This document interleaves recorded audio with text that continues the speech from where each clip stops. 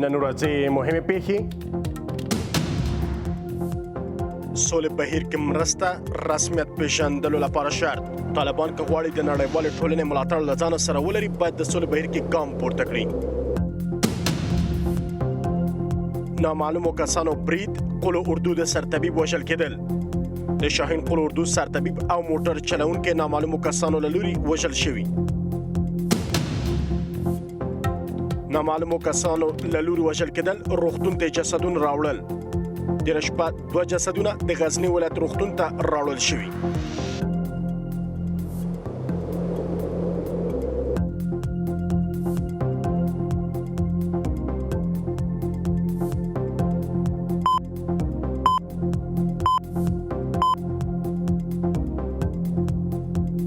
اوس هم بشپړ خبرونه د امریکا بهرنیو چارو وزیر وایي که چیرې طالبان وغواړي د نړیوالې ټولنې ملاتړ له ځانه سره ولري په رسمیت وپېژندل شي باید د سولې په بهیر کې ګامونه پورته کړي انټوني بلینکن د ان بي سي سره په خبرو کې ویلي دي چې طالبان غواړي نوي راتلونکي افغانستان او نوي دولت کې ګډون ولري باید افغانستان سره مرسته وکړي چې سولې ته ورسیږي دی وایي چې د افغانستان دولت طالبان او هم د افغانستان خلک د جګړې څخه ستړي شوي او نه غواړي چې د یو بلې کورنۍ جګړې کې ښکیل شي د سیمې هیوادونو څخه چې افغانستان کې نفوذ او ګټې لري غوښتنه کړې چې د افغانستان سولې بهیر د بریا لپاره مرسته وکړي بلینکن ویل دي چې د امریکا د افغانستان سولې ته د رسیدو لپاره په خپلو هڅو باندې هم بوخته ده If the Taliban, for example, wants هر هغه سوله چې ټاکل شوې ده دوامداره وي د افغانانو په مشرۍ به وي هغه څه چې موږ یې غواړو ترسره کړو دا دي چې طرفونه یو ځای کړو او فکر نه کوم چې دولت طالبان او د افغانستان خلک کورنۍ جګړې ته مخه کړي که طالبان غواړي چې وپېژندل شي او نړیوال ملاتړ له ځان سره ولري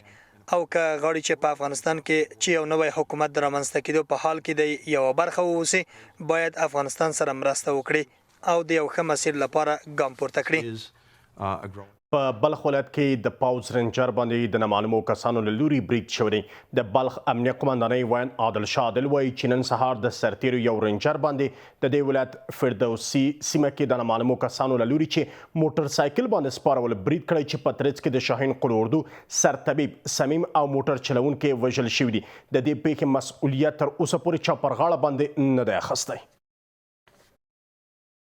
د ترکیې ناستې لپاره د افغانستان د سولې طرحې مخکې پرون وروستی شو او د مصالحې عالی شورا مشر عبدالله ته سپارل شوی دی د ملي مصالحې عالی شورا فني کمیټې نږدې 2 اونۍ د افغانستان سیاسي جریانونو 13 طرحو یو ځای کېدو لپاره کار وکړ په دې ډله کې د اسلامي حزب وایي چې د ملي مصالحې عالی شورا کړنه د دغه ګوند لپاره د منلو وړ نه ده او خلیلزاد هم هڅه کوي چې د امریکا کړنلاره تحمیل کړي قرار است که این مسوده به کمیته رهبری شورای عالی مصالحه ملی در روزهای آینده ارائه شود و بعد از تصویب این سند واحد جمهوری اسلامی افغانستان خواهد بود که به نشست ترکیه ارائه خواهد شد.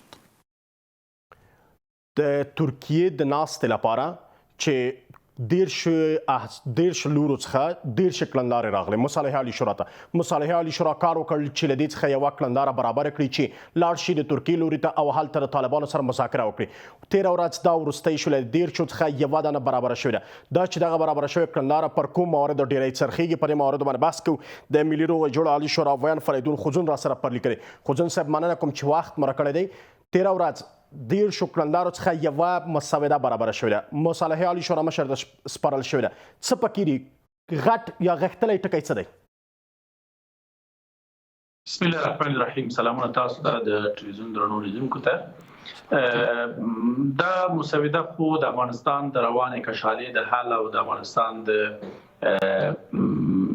له بحران څخه د وتلو یو انتقالي پړاو یا یو د گزار مرحلې ته د وتلو او یا د یو سولیز افغانستان لپاره د راتلونکو پلانونو او نظریاتو باندې متشامله ده مهم بحثونه په افغانستان کې د جګړې توقف د اوربند تامین او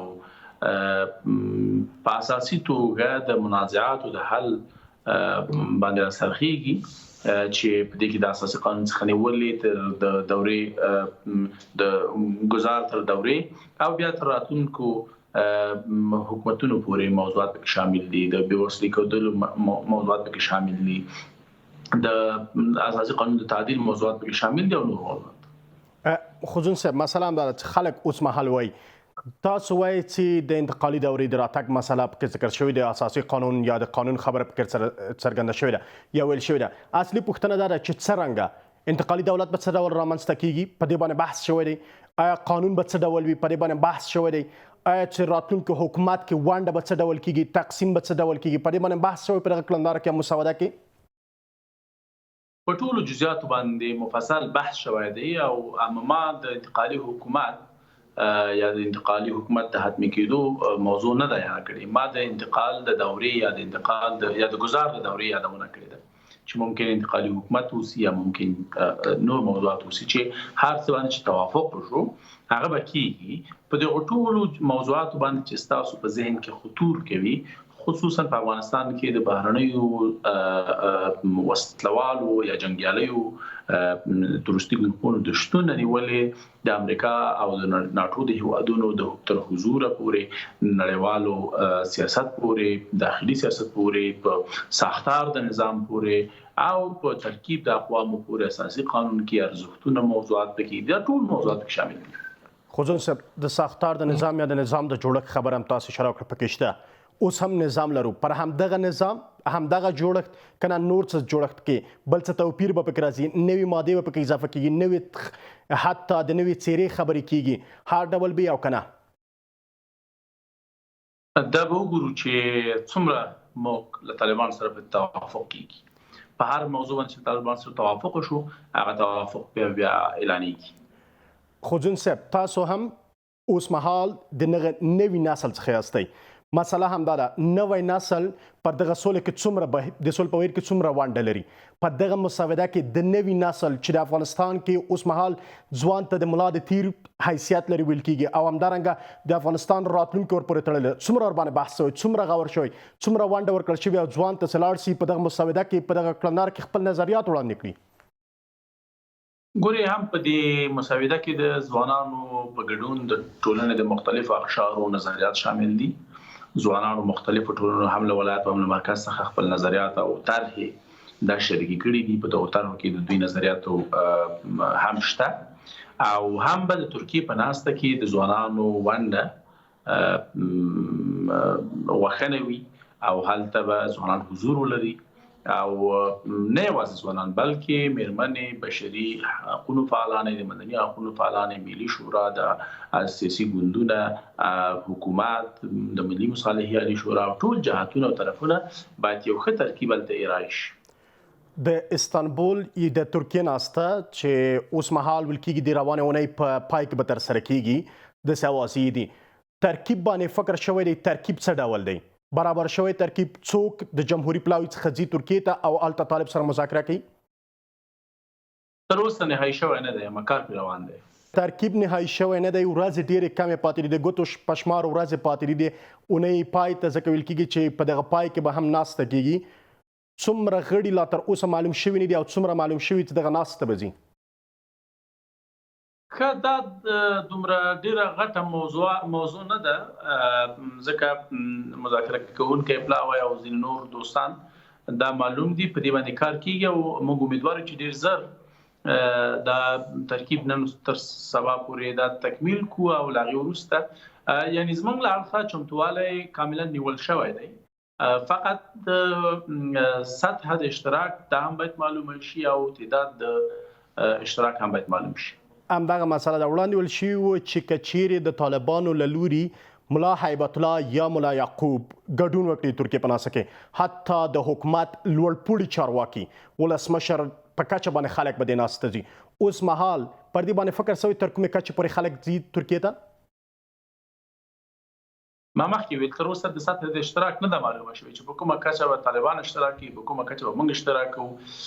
کله چې دواړه طرفونه توافق وکړي او هغه معلوم شي نو بیا به موږ خپل ترکیب اعلانوو، طالبان به خپل ترکیب اعلانوي او بالاخره به اما په ټوله کې دا موضوع چې دا یو فرصت باید وګڼل شي د ترکیې د استانبول ناسته، د دې فرصت څخه باید د افغانستان د سولې لپاره استفاده وشي، د جګړې د ختمېدو استفاده باید وشي، د وینې د بندېدو استفاده باید وشي، د افغانستان د روانې منازعې د حل یوازینی یا وروستی فرصت وګڼل شي او د دې څخه باید استفاده وشي او موږ په همدغه نیت او خلوص باندې د استانبول لاسته کې ګډون کوو او هیله لرو چې نور طرفونه خصوصا طالبان هم په همدغه نیت او خلوص راشي. مسودات چې تیر ورځ د برابر شوې ده او تاسو تسلیم شوی هم د موخه مې له مصالحه عالی شورا مشر عبدالله ته تسلیم شوی ده، هماغه اجنډا ده د همغه پر بنسټ ځای ترکیه ته نه هغه یو طرحه ده، هغه کې موضوعات راغلي دي چې موږ په کوم موضوعاتو خبرې کوو، اما دا کې د فرق ولري چې موږ ته په طالبان سره کېږو. اما ځینې موضوعات مهم دي چې باغې باندې لومړی خبره وکړو.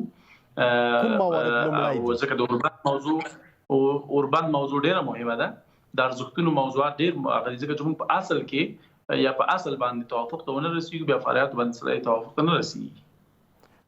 یوازې څو ورځې پاتې خو ځون صاحب ترکیب د هیئت نه دی مشخص شوی، اجنډا لا تر اوسه نه ده برابر شوی. فکر کوئ چې په دې کم ورځو کې ورځې کمې نه دي خو ځون صاحب؟ مونږه مادګي نیول شوې ده، مونږ ان شاء الله اندېښنه نه لرو، مونږ لخوا کاملا کار تمام دی. کار تمام دی ستاسو له لوري، خو لا تر اوسه پورې هم اجنډا هم روښانه ده او ترکیب هم نه دی روښانه شوی. ممکن روښانه اوسي اما مخکې له وخته ده چې سړی اعلان کړي. ډېره زیاته مننه کوم خو ځون صاحب چې وخت ورکړ. کور مو ودان.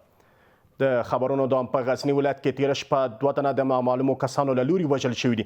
د غزنی ولایت په روغتون کې سرچینې تاییدوي چې تیره شپه ناوخته 2 جسدونه چې د مرمۍ په واسطه باندې وژل شوي دي روغتون ته راوړل شوي دي. د دې سرچینې پر خبره دا 2 جسدونه یو ملکي او یو بل بیا نظامي دي چې د کابل اډې د سیمې څخه پولیسو له لوري د روغتون ته راوړل شوي دي، خو د غزنی امنیه قمنداني وایي چې دا دواړه وژل شوي کسان بیا ملکیان دي. د ملي امنیت عمومي مشر وایي داسې نه ښکاري چې ترکیه ناسته به د افغانستان تلپاتې سولې ته ورسوي. احمد ضیا سراج وایي چې خلک دغو ناستو له لارې د جګړې پای ته رسېدو لپاره چندانې هیله مند نه دي. نوموړي دغه راز ټینګار کړی دی چې د افغانستان امنیتي او دفاعي ځواکونه د جګړې لپاره چمتو دي. ورته مهال د ملي دفاع وزارت وایي لس ولایتونه د لوړ امنیتي ګواښ لاندې دي. د کورنۍ چارو وزارت سرپرست د ملي امنیت مشر او د لوی درستیز مرستیال دلته د ولسي جرګې کورنۍ امنیت او دفاعي چارو کمیسیونونو ته رابلل شوي دي. لامل د نامنیو زیاتوالي څخه اندېښنې او په هیواد کې د مرګ ژوبلې لوړه کچه ده. دوی باید دغه څېر اندېښنو ته ځواب ووایي. د ملي امنیت عمومي رئیس وایي طالبان د جګړې پای ته رسېدو لپاره اراده نه لري. احمد ضیا سراج دغه راز تلپاتې سولې ته د افغانستان رسېدو لپاره د ترکیه ناستې پایله ورکولو باندې باور نه لري. امیدوار هستیم که ما نمیخوایم که بسیار یک تصویر منفی اینجا ارائه کنم، اما برداشت ما از اطلاعات ما است که طالب هیچ تغییر نکرده و مثل کنفرانس مسکو یک نشست شاید باشه که اقتدار جمع شوند و پس برن. د کورنۍ چارو وزارت همغو لسو ولایتونو کې چې امنیتي ګواښ پکې لوړ دی امنیتي او دفاعي ځواکونو ته د تجهیزاتو لیږد او اکمال په اړه وایي. موږ لس هغه ولایتونه چې د لوړ تهدید سره مواجه دي د هغې دپاره د رهبرۍ په کچه هم د وزارت داخله او هم د وزارت دفاع د معاونینو په کچه لوړ رتبه پلاوي ټاکلي. د پوځ له لوري د یرغلیزو عملیاتو پیل هم د 14 کال عملیاتي خپرونه کې شامل دي. ما کمپاین پلان عملیاتی 400 خود را آماده ساختیم که انشالله بر مبنای امی کمپاین پلان خود عملیات‌های خود را در 9 ولایت و در مسیرهای شهرهای که از اولویت‌های خاص کمپاین پلان ما هست ما آغاز میکنیم. د کورنۍ امنیت کمیسیون مشر حکومت او امنیتي بنسټونه د سولې ناستو ماتې په صورت کې د خلکو امنیت ټینګښت لپاره مکلف بولي. هماهنگی میان هر سه ارگان یک مدت زمان بسیار یک هماهنگی خوب ایجاد شده بود و این هماهنگی از سطح رهبری تا سطح قطعات پایین بود، ولی متاسفانه در این اواخر در چند موردش ما شاهد هستیم که همین هماهنگی دوباره از بین رفته. د نامنیو زیاتوالی او د طالبان لخوا د ډیری ولسوالیو کلابند کېدل د جرګې د غړي په خبرو کې ښکاري. راه از کابل تا بغلان، کندوز، تخار حتی بدخشان امنیت ندارد. بغلان و مزار هم مسئول نیست. هرات، فرات شاهد چندین بار آتش سوزی است. حکومت داسې حال کې د جګړې لپاره چمتووالي په اړه وایي چې امریکا د سولې لپاره د وروستي فرصت په توګه د ترکیې ناستې تر سروي لپاره خپلې هڅې زیاتې کړې دي. امنیتي بنسټونه وایي 10 ولایتونه د ګواښ سره مخامخ دي. دا کوم ولایتونه دي؟ افغانستان امنیتي ادارې تر کومې کچې ورته کار کوي چې له دغه ګواښ څخه یې وژغوري؟ ولې لا تر اوسه پورې نه دي توانیدلي دې ګواښ مخنیوی وکړي؟ راتلونکي دې کال کې چې اوس مهال پسرلي موسم هم پیل شوی دی، څه ډول برنامه لري؟ په دې موردو بحث کوو د کورنیو چارو وزارت مرستیال ویاند احمد ضیا را سره پرلې کړی.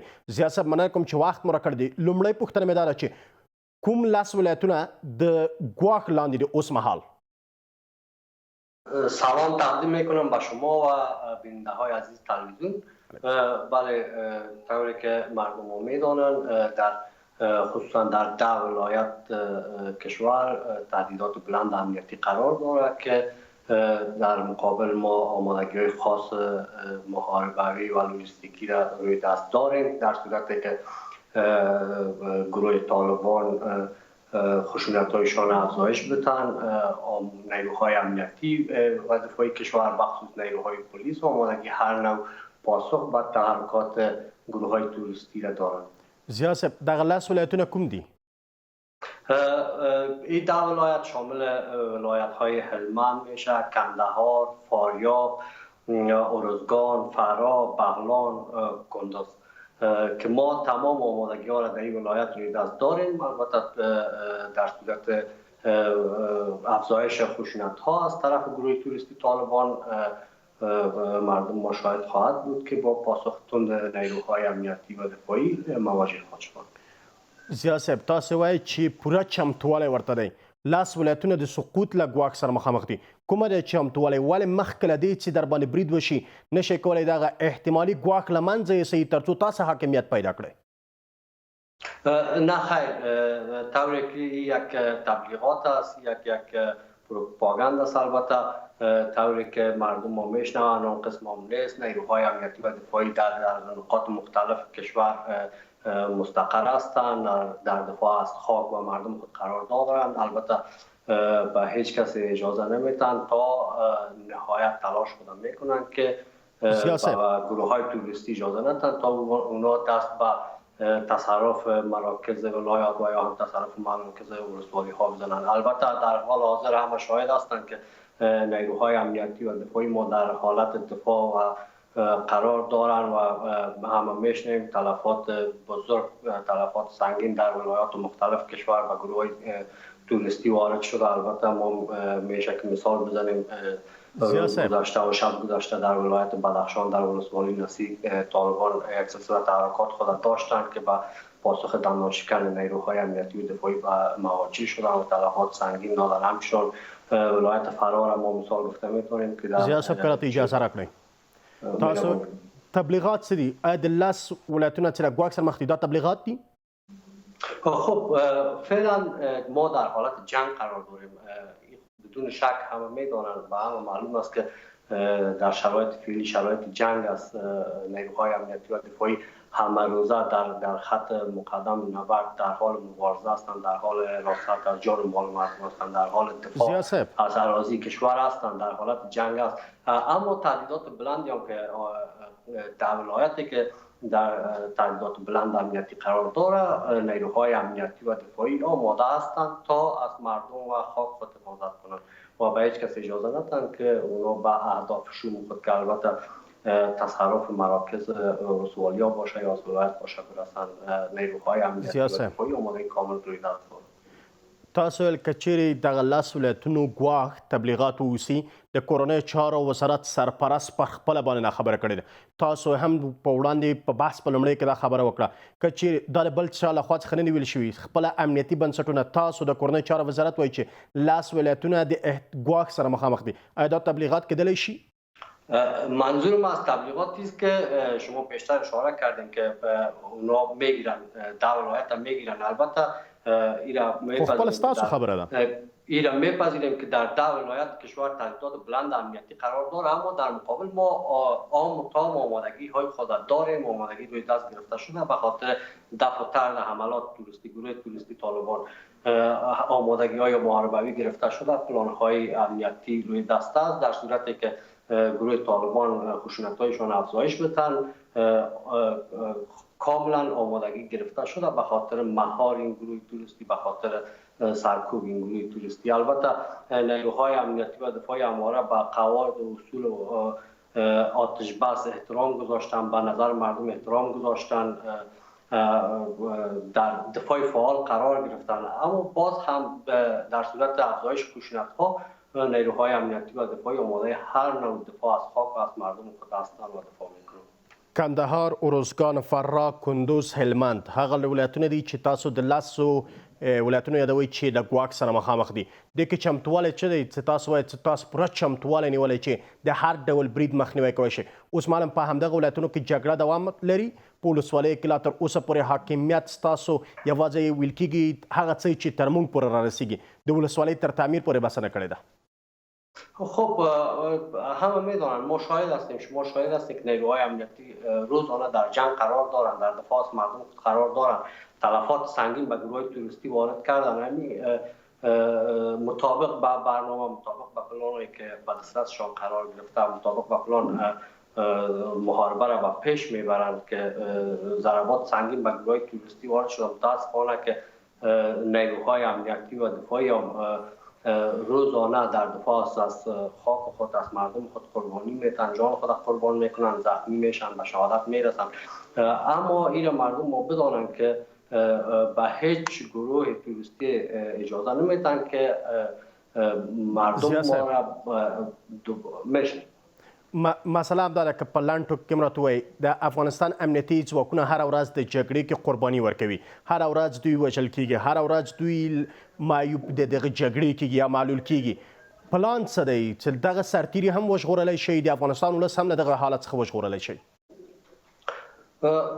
من بیشتر اشاره کردم که ما در حالت جنگ قرار داریم، نیروهای ما فعلا در جنگ قرار دارند، یک جنگ نیابتی قرار داریم که هر روز قربانی از اون مردم ماست، نیروهای امنیتی و دفاعی ماست. اما بان هم نیروهای امنیتی تا آخرین امکانات تلاش خودم میکنن تا از خاک مردم خود دفاع کنن.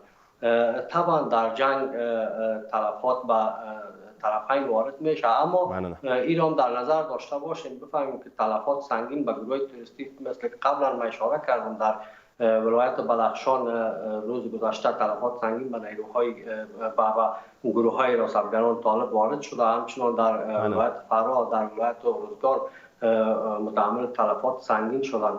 این نماینگر تلاش های نیروهای امنیتی است، نماینگر تعهدشان به مردمشان است، به وطنشان است، به خاک و اراضیشان است که به هیچ کس اجازه نمیدن تا اونا به اهدافشون دست یابند.